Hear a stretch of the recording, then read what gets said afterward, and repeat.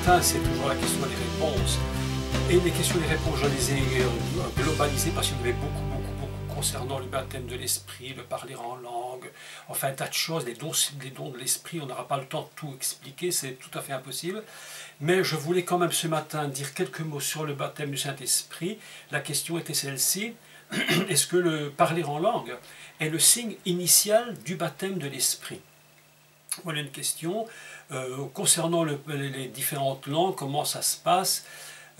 Est-ce qu'il faut absolument prier en langue pour dire oui, c'est le signe que je suis rempli du Saint-Esprit ou pas? Bon, voilà, je vais un petit peu essayer j'allais dire, de dépatouiller toute cette histoire-là. Je ne sais pas si on dit ça en français, mais bon, on va essayer d'un peu mettre tout ça dans ordre et réfléchir un peu à cette question. Donc c'est important pour beaucoup de personnes de savoir cela, parce qu'évidemment, il y a une pensée très, je dirais et quand je dis ça, c'est pas du tout méchant, pas du tout, j'ai aucune arrière-pensée contre cela, mais une pensée très pentecôtiste de l'Église, donc Pentecôte, ADD, etc., qui voudrait que le parler en langue soit le signe initial. Hein. Donc c'est l'enseignement qui est donné. Si nous ne prions pas en langue, nous ne sommes pas baptisés du Saint-Esprit. Donc voilà, je vais lire quelques textes et je vais essayer de commenter un peu cela par rapport au texte du livre des Actes et également au niveau du parler en langue, de ce qu'il en est, plus ou moins. Je vais essayer d'expliquer ça. Donc vous vous rappelez que le jour de Shavuot, un jour très spécial d'ailleurs en Israël, j'avais maintes fois expliqué pourquoi le Saint-Esprit était descendu sur les 120 qui étaient dans la chambre haute le jour de Shavuot et non pas un autre jour. Évidemment que on peut toujours se poser la question, pourquoi le Saint-Esprit, il serait-il pas descendu à Pâques, hein, tout compte fait? Qu'est-ce que ça pouvait changer, hein, d'apparence? Qu'est-ce que ça pouvait changer que le Saint-Esprit descende à Pâques, ou qu'il descende, je ne sais pas, moi, à la fête des trompettes, ou enfin des chauffards, ou qu'importe. Hein. Non, il est descendu à Shavuot pour une très bonne raison. Donc, je vais expliquer ça et comment ça s'est produit. Donc, vous vous souvenez que le jour de Shavuot, en fait, c'est le jour, non pas du tout de la Pentecôte, selon la pensée, je dirais, chrétienne, évangélique, protestante, peut-être même pour certains catholiques, je ne sais pas, mais tout du moins évangélique, c'est certain.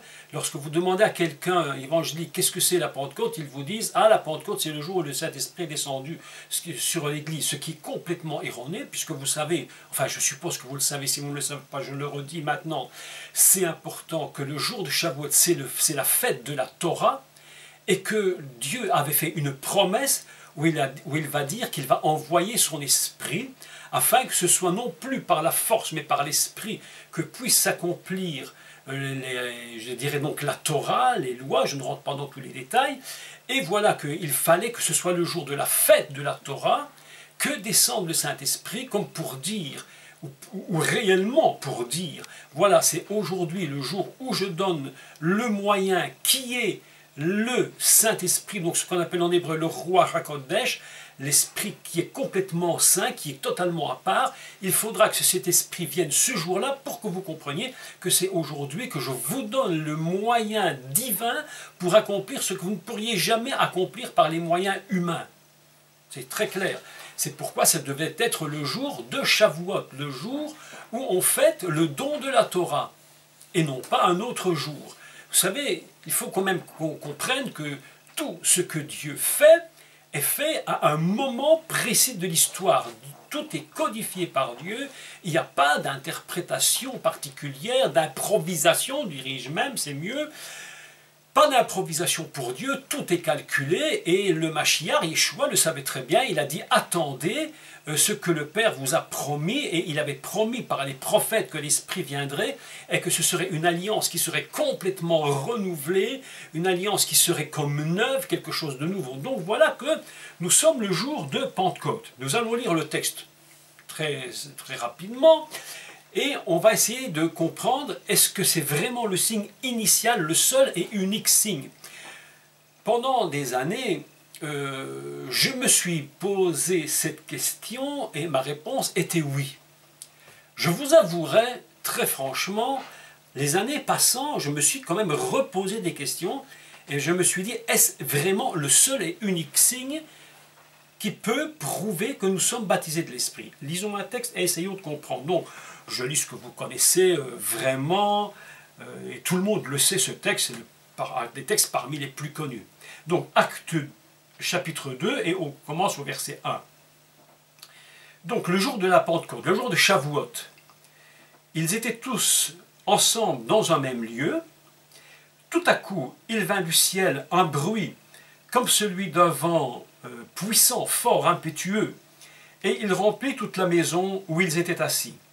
Des langues semblables à des langues de feu leur apparurent, séparées les unes des autres, et se posèrent sur chacun d'eux.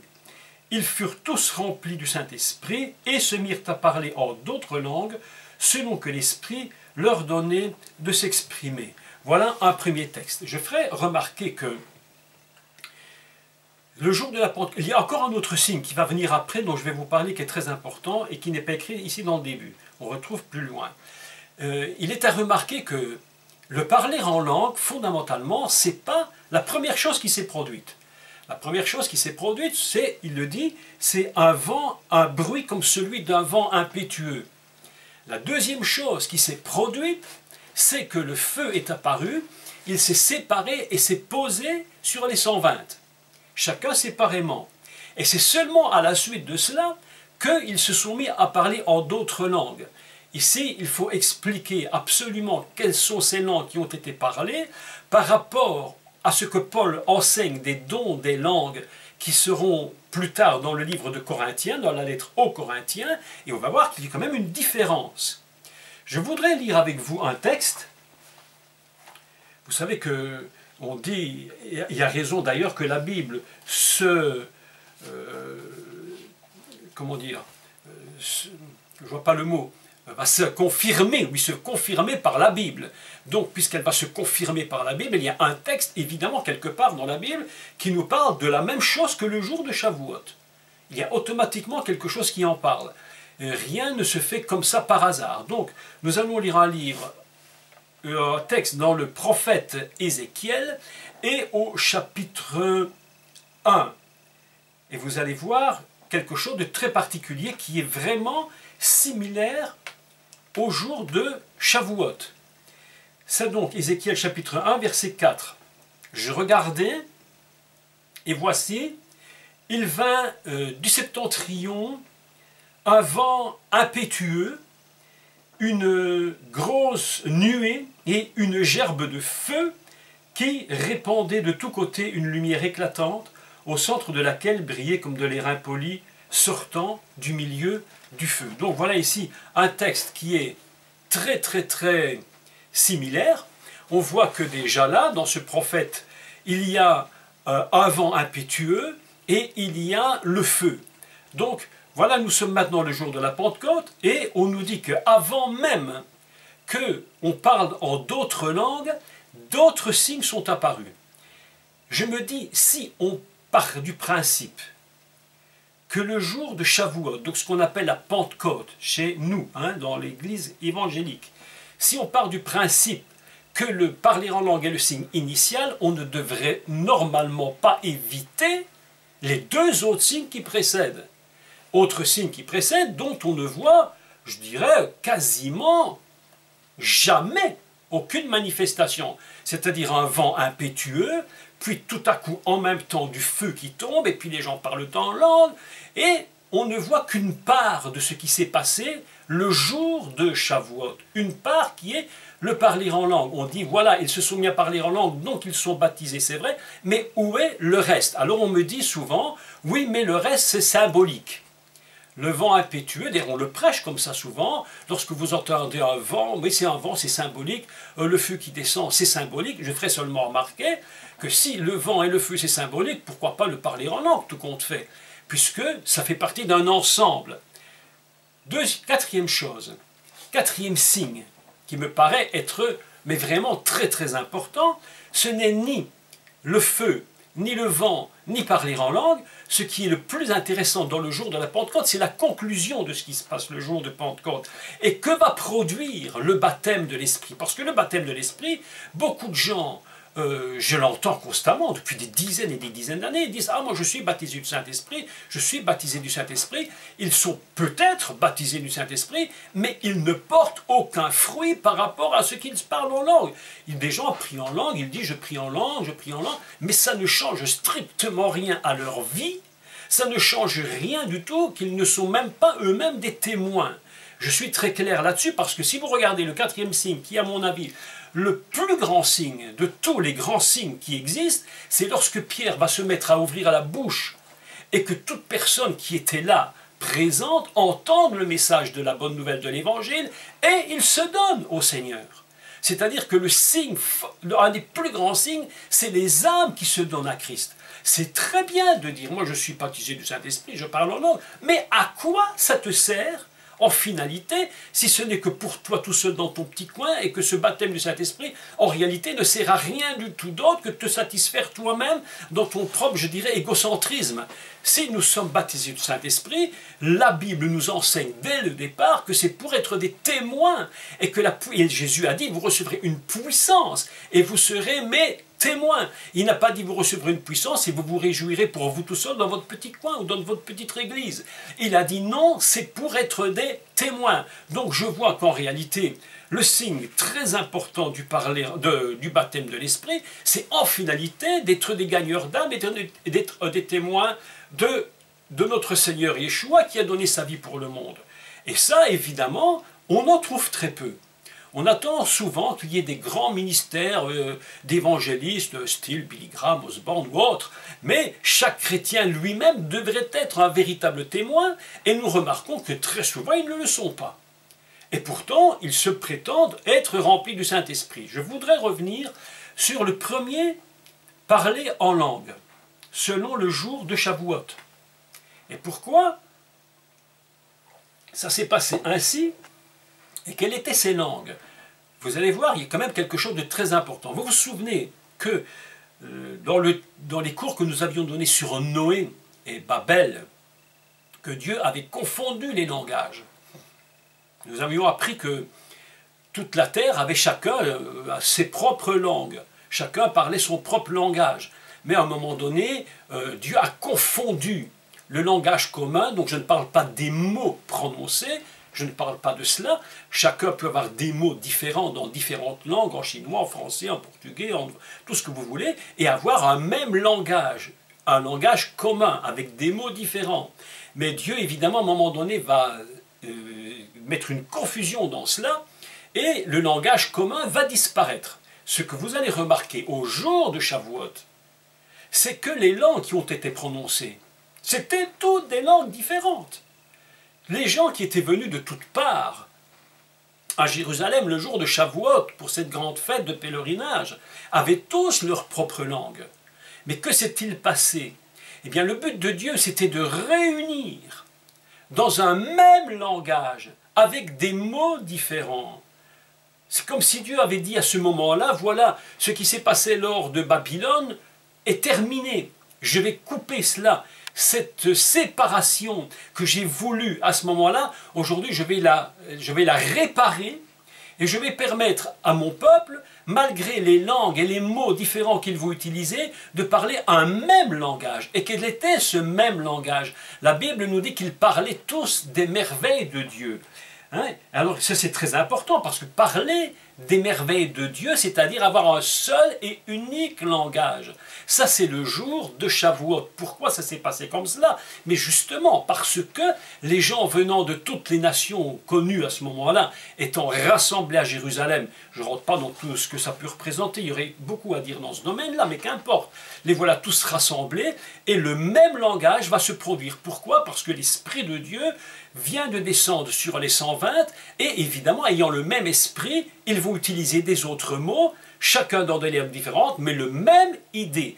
Et c'est pourquoi les gens sont surpris d'entendre et ils disent, mais est-ce que ces gens, ils parlent des merveilles de Dieu, mais ils ne connaissent même pas ces langues, comment peuvent-ils le faire? C'est-à-dire que Dieu va utiliser le Saint-Esprit pour réunifier un langage unique, et ça devrait être le signe du baptême de l'Esprit, c'est le langage unique. Le langage unique dans l'Église. Et ce langage unique dans l'Église aujourd'hui, il faut quand même reconnaître qu'il n'est quand même pas très unique. Il est quand même très divisé. Les gens ne se comprennent pas, alors, les limites même finissent par ne même plus se parler, on ne se comprend plus. Le langage unique n'est plus le signe. Alors que normalement, l'union par le Saint-Esprit nous devrait nous donner tous un même langage. Et nous voyons que dans l'Église, il y a beaucoup de divisions. Donc le signe fondamental du baptême de l'Esprit, est-ce véritablement le parler en langue? Eh bien, je dirais que oui, mais dans un but, c'est que tout le monde entende parler des merveilles de Dieu et de la bonne nouvelle de l'Évangile. Ça, c'est le jour de Shavuot. Et si on me dit que le parler en langue, c'est uniquement le signe fondamental, je vous dirais, mais pourquoi alors le feu et le vent, eux, ne sont jamais présents? On ne les trouve pas, ou quasiment jamais. Je ne sais même pas si aujourd'hui les 2 ou les 3 choses se sont produites en une seule fois. Moi, j'en ai pas entendu parler. On a dit des choses, mais bon, je suis très perplexe, pas convaincu du tout. Certains disaient on a vu du feu, on a entendu le vent, peut-être. Bon, je ne veux même pas discuter. À la limite, encore, à la limite, pourquoi pas. Mais de toute façon, même si c'est vrai, hein, si on ne remet pas ça en question, que ça peut arriver, je dis qu'en finalité, le but de l'Église et le but de Dieu, c'est certainement pas que le jour de Shavuot, les gens parlent en langue pour parler en d'autres langues. Mais qu'est-ce que ça peut faire que tout d'un coup, je me mette à parler en chinois? Dans le cas présent, ça aurait été important s'il y avait eu des Chinois. Mais vous avez remarqué que toutes les populations qui parlent toutes sortes de langues, eux ont entendu parler des merveilles de Dieu. Donc le but principal, et on va lire d'autres textes, concernant le baptême de l'Esprit et concernant le jour de Pentecôte. Et vous allez voir qu'il y a d'autres signes qui peuvent être aussi évidents que le parler en langue. Vous savez, je vais vous dire très sincèrement, j'ai connu des personnes qui étaient des évangélistes, lorsque j'étais un jeune garçon de 12-13 ans, qui avaient une onction, je vous dis, mais une grâce de Dieu, mais impressionnante. Ces gens disaient 10 mots, et les gens tombaient dans la repentance et se donnaient au Seigneur. Ces gens ne priaient pas en langue. Bon. Est-ce qu'on peut dire que ces gens n'avaient pas le baptême de l'Esprit? Autrefois, il me le semblait. Aujourd'hui, plus du tout. Je me dis que le signe fondamental, et j'en suis très convaincu, maintenant chacun pensera ce qu'il veut. D'accord? Je ne vais pas m'opposer à des disputes inutiles avec tout cela, en disant tout le monde a tort, j'ai toujours raison, pas du tout.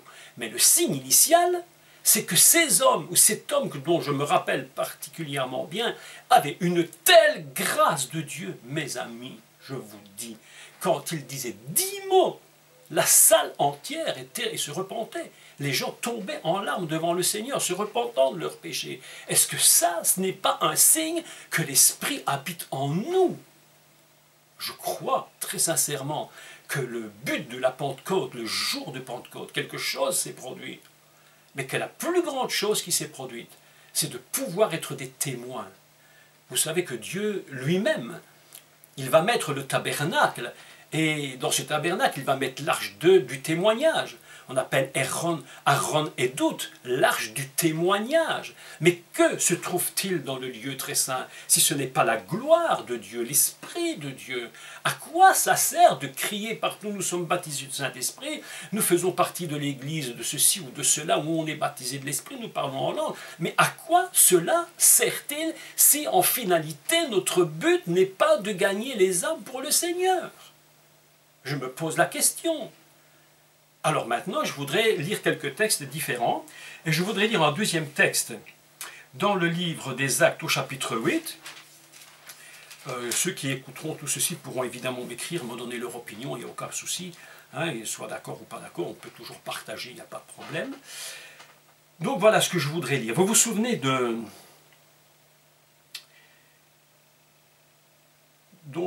l'histoire, attendez, je relis, voilà, au chapitre 8, lorsque Philippe est descendu en Samarie, il a annoncé, qu'est-ce qu'il a annoncé? L'évangile. Bon, les gens se sont donnés en nombre. Il y a la suite, c'est l'histoire de Simon le magicien, mais je passe toute cette histoire. Et il est écrit ceci au verset 14, acte 8, 14, je le lis. il dit, les apôtres qui étaient à Jérusalem, ayant appris que la Samarie avait reçu la parole de Dieu, y envoyèrent Pierre et Jean. Ceux-ci, arrivés chez les Samaritains, prièrent pour eux, afin qu'ils reçoivent le Saint-Esprit, car il n'était descendu sur aucun d'eux. Ils avaient seulement été baptisés au nom du Seigneur Jésus. Alors Pierre et Jean leur imposèrent les mains, ils reçurent le Saint-Esprit. Point, j'arrête là. Voilà un texte ici très important. On voit que Philippe, lui, a annoncé l'évangile. Une foule considérable s'est donnée au Seigneur, mais voilà qu'ils n'avaient pas reçu le Saint-Esprit. Pierre et Jean donc vont descendre en Samarie, ils imposent les mains, ils reçoivent tous le Saint-Esprit. Je ferai seulement remarquer ici, mais c'est qu'une remarque, qu'il n'est écrit rien de spécial sur les signes ou les dons qui sont apparus. Est-ce qu'ils ont reçu un signe particulier dans ce moment précis? Il est simplement écrit qu'ils imposèrent les mains, ils reçurent le Saint-Esprit. Donc on peut concevoir que les gens peuvent recevoir le Saint-Esprit par l'imposition des mains, c'est une certitude. Et je voudrais après cela expliquer quelques principes sur l'imposition des mains pour recevoir le Saint-Esprit, parce qu'il y a quand même des choses qui sont quand même troublantes dans l'Église et qui me dérangent énormément. Et puis on ne dit rien de spécial. Lisons un autre texte dans Acte 10. Alors, Acte 10... Vous vous souvenez maintenant, c'est un autre texte, l'histoire de Corneille. Corneille, donc évidemment, l'apôtre Pierre, vous vous souvenez de cette histoire où il voit la nappe qui descend, et puis le Saint-Esprit lui parle, etc. Et puis Pierre part, il suit les gens qui sont venus le chercher, et je lis le texte. Donc Pierre est en train de parler à ces gens qui viennent voir, et voilà. Donc comme Pierre, chapitre 10, verset 44, dans le livre des Actes, comme Pierre prononçait encore ces mots, le Saint-Esprit descendit sur tous ceux qui écoutaient la parole. Je ferai simplement remarquer ici qu'il n'a même pas imposé les mains, donc vous voyez qu'il n'y a pas de règle. Il n'y a aucune règle. Il n'y est pas question de faire des règlements en disant c'est comme ça, c'est pas autrement. Il y a des églises, je fais une parenthèse, où je suis quand même assez opposé à ce qui est enseigné, c'est que certaines personnes refusent d'imposer les mains à des chrétiens qui demandent le Saint-Esprit s'ils ne sont pas passés par un processus normal, enfin pour eux normal, qui est conversion, baptême d'eau, baptême de l'Esprit. On ne peut pas, ça ne se mélange pas. Pourtant, ici, on lit un texte. Quand Pierre prononçait encore ces mots, le Saint-Esprit descendit sur tous ceux qui écoutaient la parole. Tous les fidèles circoncis qui étaient venus avec Pierre furent étonnés de ce que le don du Saint-Esprit était aussi répandu sur les païens, donc sur les non-juifs, car ils les entendaient parler en langue et glorifier Dieu. Voilà un texte absolument formidable. Pierre n'a ni même pas imposé les mains, mais la gloire était si présente, la présence de Dieu était si grande, que seulement les mots que Pierre prononce ouvrent le ciel, et poum, voilà que tous ces gens se mettent à parler en langue, et ils glorifient Dieu. Et je continue. Alors Pierre dit, peut-on refuser l'eau du baptême, ce qui veut dire qu'il n'était pas baptisé d'eau, mais pourtant l'Esprit de Dieu était descendu, donc vous voyez qu'il n'y a pas de règle. On est tellement en train de codifier des systèmes. Mais, s'il vous plaît, arrêtons de contrôler Dieu. Il fait ce qu'il veut faire. Il fait dans l'ordre que lui veut le faire. On a tellement installé des systèmes. Je fais une parenthèse, c'est comme le baptême d'eau. On refuse parfois le baptême d'eau à des gens parce qu'ils ne sont pas arrivés à un niveau de sainteté extrême. Mais le baptême d'eau n'est pas le signe ou un acte qui se fait parce qu'on est à un niveau de sainteté extrême. C'est un commencement. C'est rentrer, c'est sortir de l'eau d'en haut, comme je l'avais expliqué. Il n'est pas dit que nous devions être déjà des saints à un niveau extrêmement élevé pour être baptisés d'eau, pas du tout. Donc voilà ici un cas particulier. Peut-on refuser l'eau du baptême à ceux qui ont reçu le Saint-Esprit aussi bien que nous? Et il ordonna qu'ils soient baptisés au nom du Seigneur, donc Yeshua, sur quoi ils prièrent de rester quelques jours après eux. Voilà encore ici, donc voilà ici trois cas particuliers, où l'on voit des choses différentes concernant le baptême. On a l'impression, dans ce cas-ci, que oui, le baptême, c'est le signe, c'est le parler en langue. Dans d'autres cas, il n'en est même plus question. Et puis, Paul lui-même va expliquer des choses tout à fait importantes dans le livre des Corinthiens. Et j'aimerais aussi qu'on puisse le lire. Paul, lui, il est très sage, il est très précis dans ce qu'il dit. il va mettre les choses en place. Et je vais lire ce qu'il dit. Vous allez voir comme c'est intéressant. Il dit, dans Corinthiens chapitre 12, au verset 28, oui, c'est ça. Attendez, je reviens. Peut-être avant, peut-être ça se trouve avant. Attendez, je vais retrouver mon texte. 12, 28, oui. Alors, on le lit. Dieu a établi dans l'Église premièrement des apôtres, des prophètes, des docteurs, des dons de miracles, ceux qui ont le don de secourir, de guérir, de gouverner, de parler de divers langues. Tous sont-ils prophètes? Tous sont-ils apôtres? Tous sont-ils docteurs? Tous sont-ils le don des miracles? Tous sont-ils le don des guérisons? Tous parlent-ils en langue? Tous interprètent-ils? Ben évidemment, s'ils le disent, ça veut dire la réponse est non. Tous ne parlent pas en langue, tous ne prophétisent pas. Néanmoins, ça ne veut pas dire que tous ne sont pas baptisés du Saint-Esprit. Ça ne veut pas dire qu'ils n'ont pas reçu le Saint-Esprit. Il y en a dont le signe fondamental est que ce sont des personnes qui sont des prophètes vraiment exceptionnels. Et on va même prendre le cas. On va prendre le meilleur du meilleur des cas, où il n'y aurait même pas une fausse prophétie qui aurait été donnée dans l'Église. Même le cas où il n'y aurait pas un faux parler en langue, parce qu'il y a des faux parler en langue. Je vais expliquer ça. On va prendre le meilleur du meilleur des cas où tout serait totalement parfait. Eh bien, je vous dis, il y a des gens qui ne prient pas en langue, mais il y en a d'autres qui prophétisent. Pourquoi? Parce que le Saint-Esprit les a complètement saisis.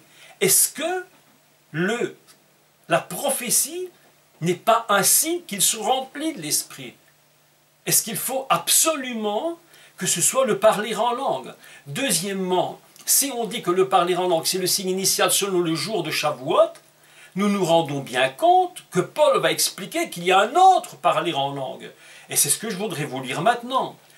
Donc je voudrais quand même déculpabiliser les gens qui sont dans l'angoisse et qui m'écrivent. Je vous dis ceci simplement, c'est une réponse que je leur donne.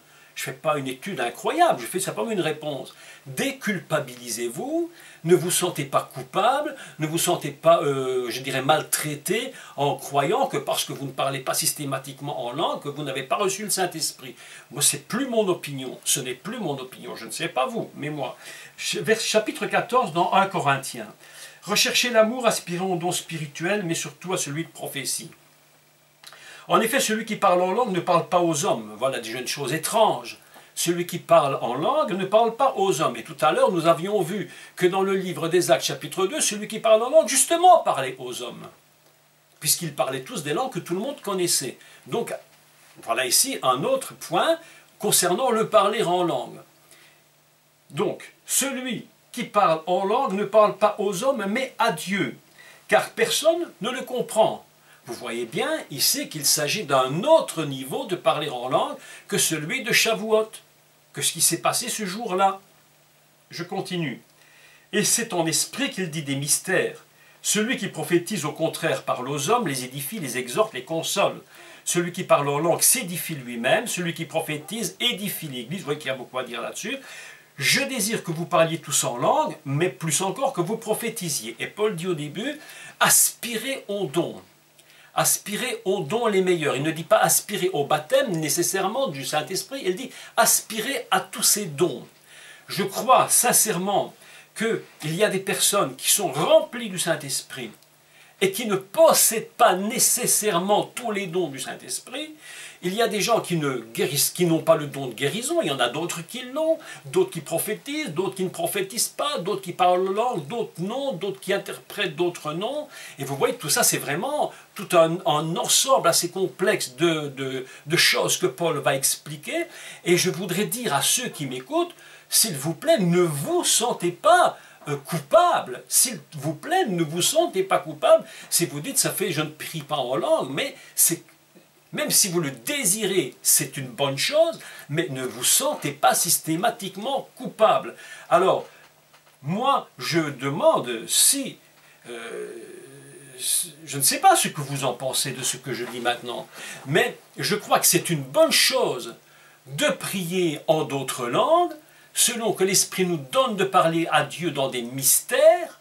C'est une très bonne chose d'aspirer à cela, mais est-ce véritablement le signe initial? Maintenant, je voudrais vous dire quelque chose, et là je vais mettre les pieds dans le plat, parce que je crois qu'il faut les mettre. Il y a parler en langue et parler en langue.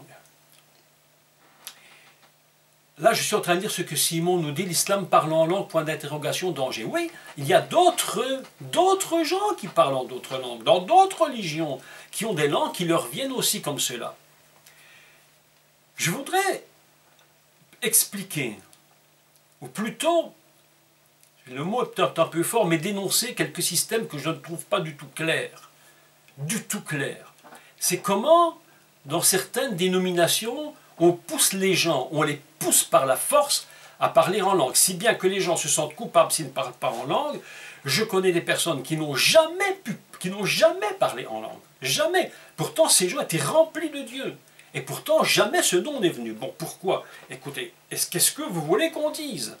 Est-ce que nous sommes responsables de forcer les gens à prier en d'autres langues? On peut faire tous les enseignements du monde qu'on veut, expliquer comment prier en langue, mais est-ce qu'il y a une explication? Honnêtement, je ne crois pas qu'il y ait une explication réellement. Qu'est-ce que certains font? Je ne mets pas tout le monde dans le même panier, mais qu'est-ce qu'on a fait dans certaines dénominations où je trouve assez regrettable? On disait aux gens, écoutez ce que je dis et répétez après moi. Mais attendez, là ce n'est plus parler en langue. Si celui qui réellement fait ça lui-même a véritablement le don du parler en langue, selon que l'Esprit de Dieu lui donne de s'exprimer dans des langues célestes, inspirées de Dieu. Si ces personnes l'ont vraiment, comment peut-on dire à quelqu'un « Je te demande, répétez après moi ce que je dis ». Là, c'est plus un don de l'esprit, c'est de l'imitation. Je trouve ça absolument incroyable. D'autres cas disaient aux gens, répétez après moi Alléluia de plus en plus vite, et quand vous ne saurez plus le dire assez vite, tout ce que vous direz, c'est parler en langue. Mais vous imaginez? Est-ce que vous pouvez imaginer ce genre de choses?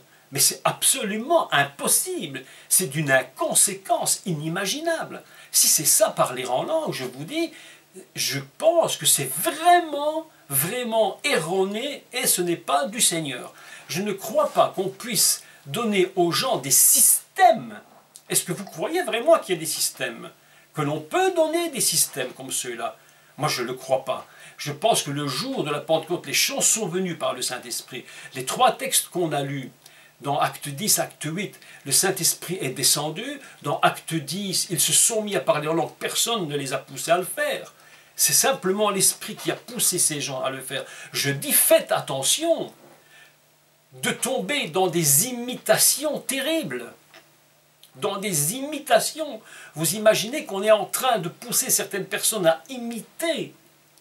Et on leur dit, si vous ne parlez pas en langue, vous n'êtes pas baptisé. Donc les gens sont tellement troublés, les gens sont tellement culpabilisés. Ils se disent, mais moi je n'ai pas le baptême de l'esprit, c'est catastrophique, je n'arrive pas à parler en langue. Alors ils vont trouver des solutions pour prier en d'autres langues. Et ils croient que par l'imitation qu'ils vont faire, ils parlent en langue. Je vous dis, il y a des parlers en langue qui sont complètement faux. J'écoute parfois des choses dans l'église où je me dis, mais ce n'est absolument pas possible d'entendre de telles choses. Les gens sont poussés par la force, parce que la doctrine fondamentale dit tu ne pries pas en langue, donc tu n'es pas baptisé du Saint-Esprit. Il y a des gens qui peuvent très bien prophétiser, mais ils se disent, de toute façon je prophétise, mais je ne suis quand même pas baptisé du Saint-Esprit parce que je ne prie pas en langue.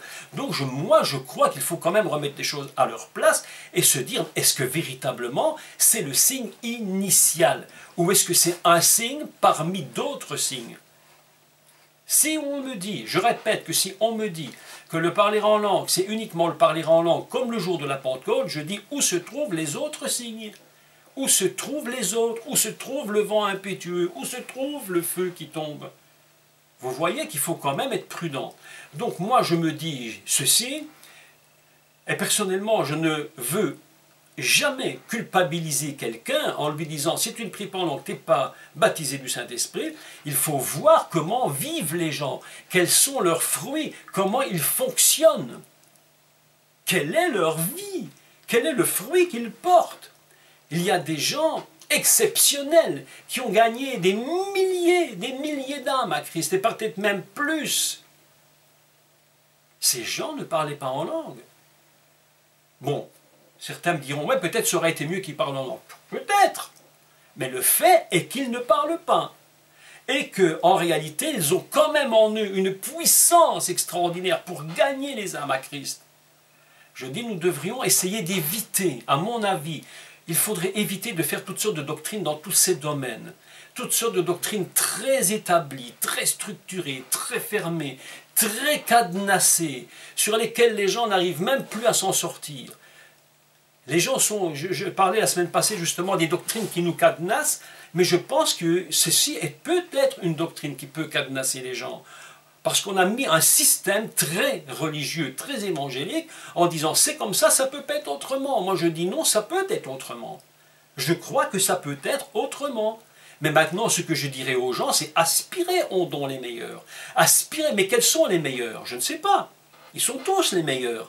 Il peut être meilleur pour toi de te dire « Ah, moi, je voudrais vraiment aspirer à la prophétie, parce que pour toi, ce don est meilleur. » Quelqu'un dira « Mais moi, j'aimerais tellement parler d'autres langues, selon que l'Esprit m'inspire des mystères. » Et si c'est vraiment le désir de ton cœur, c'est pour toi le meilleur. Et puis d'autres ont un cœur, mais tellement grand. Ils ont une compassion pour les malades. Ils ont une compassion pour les malades. Ils disent « Mais Seigneur, accorde-moi le don de guérison. Je veux ce don de guérison. Donne-le-moi. » Ah, pour lui, c'est le don le meilleur. C'est le meilleur du meilleur. Moi, lorsque, évidemment, je venais d'une église où on ne parlait ni en langue, ni on ne prophétisait, ni on ne faisait toutes ces choses, donc on était très opposés à tout ça. Le jour où j'ai commencé à comprendre ou à entendre qu'il fallait prier en langue, je me suis dit, bon, ben, quand même chercher ces dons, puisqu'on me disait que c'était le seul signe, je l'ai cherché de tous mes cœurs. Pendant des années, j'étais dans une église, toute petite église de Pentecôte, où le pasteur nous faisait mettre à genoux pendant 1 heure au pied d'une chaise, alors on ne disait rien. On était là, c'est ce qu'ils appelaient la réunion d'attente. On attendait, je ne sais pas ce qu'on attendait, mais on attendait. Et puis on attendait, et puis ça venait jamais. Voilà, et ça a passé comme ça pendant des années. Jusqu'au jour où la grâce de Dieu est venue sur moi. La grâce est descendue dans un autre endroit, et tout à coup, quelque chose s'est produit. Et des langues se sont mises à sortir de ma bouche. Voilà, c'est fait comme ça, simplement. Mais, c'était pas le but, c'était le but premier. Mais après cela, j'ai eu d'autres désirs, celui de pouvoir de temps en temps être un homme qui avait une pensée prophétique, des dons de miracles, de guérison. J'ai tellement prié, jeûné, cherché Dieu, parce que j'aspirais à ces choses, que lorsque je partais en voyage dans les pays africains ou partout dans le monde, des miracles et des guérisons se faisaient. Je ne me vante de rien, je dis seulement j'ai aspiré. Mes amis, écoutez-moi, arrêtons de mettre des dogmes, des règles. Dieu fait ce qu'il veut. Ce qu'il demande, c'est que nous aspirions à ce que notre cœur désire le plus. Désire le plus. Oh, j'ai tellement envie de rentrer dans une dimension différente par le parler en langue, par la prophétie. Faites-le. Priez, cherchez Dieu. Maintenant, très clairement, arrêtez de pourchasser le parler en langue comme si c'était le signe absolument initial, et si vous ne le trouvez pas rapidement, n'allez pas dans des systèmes où on va vous forcer à faire des choses pour dire maintenant tu m'as imité, tu parles en langue. Mais mes amis, mais c'est dramatique ce que j'entends dans les églises. Mais parfois je me dis, mais c'est pas possible, c'est pas possible. Je me tiens la tête parfois. Je vous assure que parfois je suis assis dans les églises où je ne prêche pas, je suis assis. Hein, ça arrive, on est assis, et j'écoute parfois les gens, et je me dis parfois, mais où est-ce qu'on est ici? Mais où est-ce qu'on est? Où en est-on? Mais qu'est-ce qu'on fait? Il y a plus. Je mets ça avec ma main sur ma bouche pour le dire, mais il y a plus de parler en langue imitation que de véritable parler en langue. Je le crois, sincèrement. Il y a plus d'imitation. Mais on est rentré dans un système très codifié. Donc les gens ont besoin de rentrer dans un système. Et ce système, on va l'imposer, jusqu'à un point de dire il faut commencer par la chair, puis aller dans l'esprit. Il y a une théorie qui dit qu'il faut commencer par la chair pour aller dans l'esprit. Donc on commence à dire aux gens, dites, blablabla, ben, les gens commencent à dire par la chair, et puis boum, ça va basculer dans l'esprit. Moi, personnellement, mes amis, je vous dis, moi, personnellement, je dis, je suis tout à fait opposé à ça. Je m'y oppose. Ça fait de nombreuses années que plus jamais je n'ai fait ces choses. Au départ, évidemment, je rentrais dans un système qu'on m'avait appris, parce que je me disais, bon, ben c'est le système. Puis s'il dit, c'est que c'est certainement vrai. Mais aujourd'hui, je réfléchis. Et je vous demande à tous, réfléchissez. Pensez pensez comment vous fonctionnez. Regardez ce que nous dit la Bible. Regardez les différents points qui sont écrits dans la parole de Dieu et commençons d'équilibrer. Mais s'il vous plaît, arrêtez de vous sentir culpabilisé si vous ne parlez pas en d'autres langues. Et si vous parlez en d'autres langues, eh bien, ne laissez pas mourir le don. C'est ce que Paul va dire à Timothée. Ranime le don. Vous savez que il ne suffit pas de dire je prie en langue par le Saint-Esprit. Et prenons le meilleur des cas, c'est par le Saint-Esprit. Prenons le meilleur. C'est le meilleur des cas, prenons-le. Il parle en langue par le Saint-Esprit, il prophétise par le Saint-Esprit. Mais Paul va dire à Timothée, ranime le don qui est en toi, ranime-le, parce que tu peux très bien laisser partir le don, tu peux très bien le laisser s'éteindre progressivement. Ranime-le comme un feu, ranime. Il y a beaucoup de chrétiens, je leur dis aujourd'hui, vous dites, je parle en langue véritablement par le Saint-Esprit, je ne remets même pas ça en question, ok, mais je vous dis souvent, ranimez. Ranimer, comme la prière, soyons clairs, même la prière, elle peut très bien diminuer. Des jours, on ne prie plus, puis des semaines, puis des mois, puis des années. Et le Seigneur nous dit, mais ranime la prière. Et je vais vous dire que un esprit de prière puissant, un esprit de prière excessivement fort, un esprit de prière et d'intercession puissant, très puissant, c'est un signe que l'Esprit de Dieu est en nous. Il est impossible de prier avec force et persévérance, être des intercesseurs puissants, si l'Esprit de Dieu n'est pas en nous. Ça n'existe pas. Et en plus, je ferai remarquer un texte dans le livre des Actes également, et je vais clôturer par celui-là. Oui, je vous dis, ce n'est pas un grand cours théologique, hein, simplement un peu d'explication que je vous donne. Voilà ici au chapitre 4, dans le livre des Actes, au verset 31, vous vous souvenez que les apôtres avaient été battus, frappés à cause du nom de Yeshua, mais ils en étaient heureux parce qu'ils disent c'est à cause du nom de Yeshua, et ils se rassemblent. Et au moment, ils sont tous remplis du Saint-Esprit. Probablement, ils avaient tous été des témoins puissants. Tous des témoins puissants, voilà ce qui est écrit. Quand ils eurent prié, écoutez, encore fantastique, mais un fantastique texte. Quand ils eurent prié, le lieu où ils étaient rassemblés trembla. Tremblement de terre, quelque chose s'est mis à bouger, incroyable. Ils furent tous remplis du Saint-Esprit, écoutez la suite, et ils annonçaient la parole de Dieu avec assurance. Mes amis, je clôture. Vous pouvez parler en langue et dire c'est le signe initial, vous pouvez le croire ou ne pas le croire, chacun croit ce qu'il veut. Mais se glorifier de parler en langue, d'être baptisé du Saint-Esprit, d'aller à l'église, de faire des prophéties tous les dimanches matins ou très souvent, et ne pas être un témoin du Seigneur ne sert à rien. Vous perdez votre temps, vous perdez beaucoup votre temps. Il est dit ici, et ils annonçaient la parole de Dieu avec assurance. Dieu ne nous demandera pas lorsque nous arriverons près de lui, si nous avons parlé hébreu, si nous avons parlé le grec, si nous avons parlé en langue, si nous avons parlé les langues des anges, tout ce que vous voulez, il nous demandera, est-ce que tu as été un témoin? C'est à ça que je t'ai appelé. Et lorsque Yeshua va dire à Israël, vous êtes la lumière du monde, vous êtes autrement dit les témoins du monde, c'est pourquoi ce peuple, mes amis, je fais la parenthèse, mais je dois le dire et je dois le dire, ce peuple ne peut pas disparaître, il ne peut pas disparaître, parce qu'il est une lumière pour le monde. Et Yeshua leur dira, vous êtes la lumière du monde, autrement dit, décodé autrement, vous êtes des témoins.